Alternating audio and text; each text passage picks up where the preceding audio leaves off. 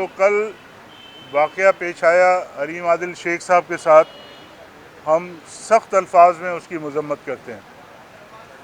Election commission ने एक letter निकाला था कि अलीम आदिल शेख को हल्का 128 से बाहर ले जाएं, और ये हुकूमत जिसके ख़िलाफ़ अलीम आदिल शेख बरमला बात करते रहे हैं, उन्होंने उनको मौका मिल गया और पता नहीं कितनी FIRs उन पर काट के और उनको हिरासत में ले लिया।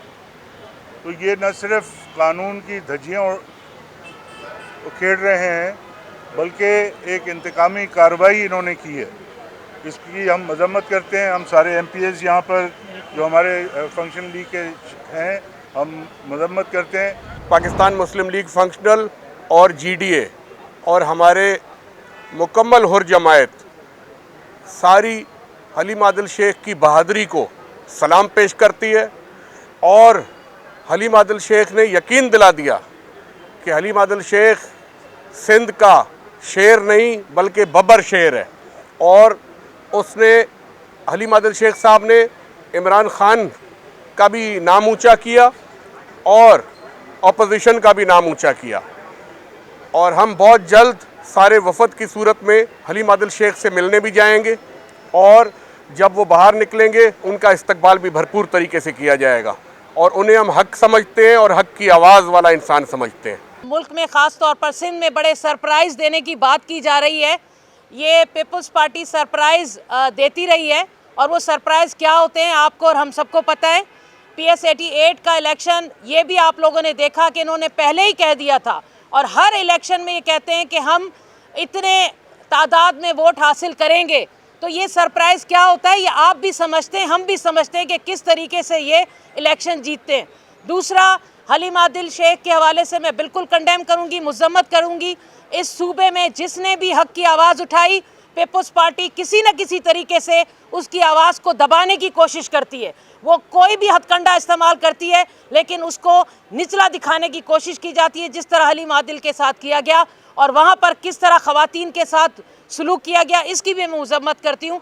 तो इंशाअल्लाह ताला कितना भी ये इस तरीके के हथकंडे इस्तेमाल कर लें, हक और बातिल की जीत हमेशा होती है। और आप देखिएगा कि सिंध में एक दिन ऐसा वक्त आएगा कि हक और सच का नारा लगेगा और इन जैसे करप्ट लोगों से जान छूटेगी।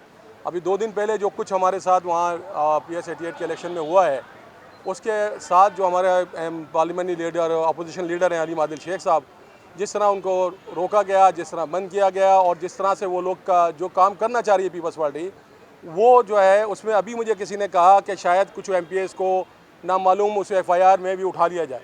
तो मैं मुतनब्बा करना चाह रहा हूँ इस बात को कि ये जमहूरी अमल का प्रोसेस था। इसके अंदर जो कुछ आपने वहाँ किया वो तो एक तारीख का हिस्सा है। किसी ज़मनी इलेक्शन में कभी भी किसी पार्टी ने अपने पिछले वोटों से ज़्यादा वोट हासिल नहीं किए, लेकिन ये भी आपने एक तारीख रकम कर दी कि एक दिन पहले TV पे बैठकर बोला कि 25,000 वोट मिलेंगे, और 25,000 वोट के करीब पहुँच गए।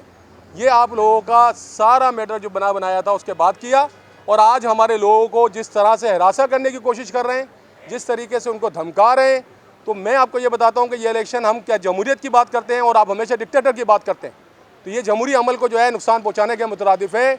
अगर किसी MPA को, किसी वर्कर को अभी आप लोगों ने हाथ लगाया, तो हम आपके सामने आपको खड़े होंगे, और किसी को भी अगर आपने अरेस्ट किया तो ये मत समझिएगा कि आप आपके अपने ऐवानों में महफूज रहेंगे।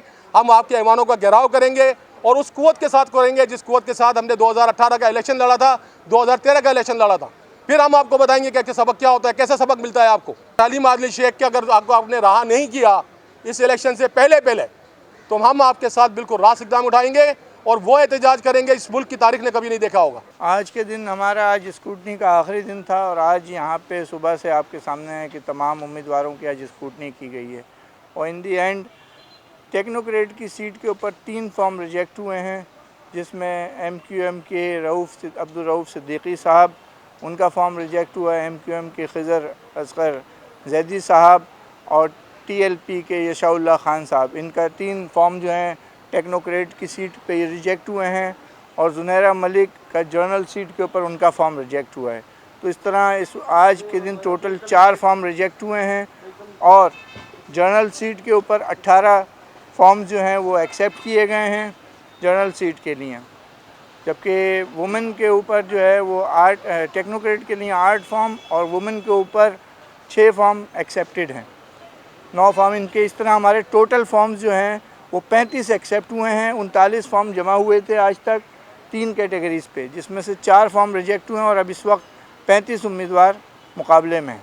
कल और परसों इनके ऊपर अपील की जाती है। रिटर्निंग ऑफिसर के फ़ैसले उसके एक्सेप्टेंस और रिजेक्शन के ख़िलाफ़ अपील की जा सकती है। उसके लिए इलेक्शन हाई कोर्ट के जज जो हैं जस्टिस फैसल आगा वो मुकर्रर किए गए हैं, जो अपीलेट अथॉरिटी हैं।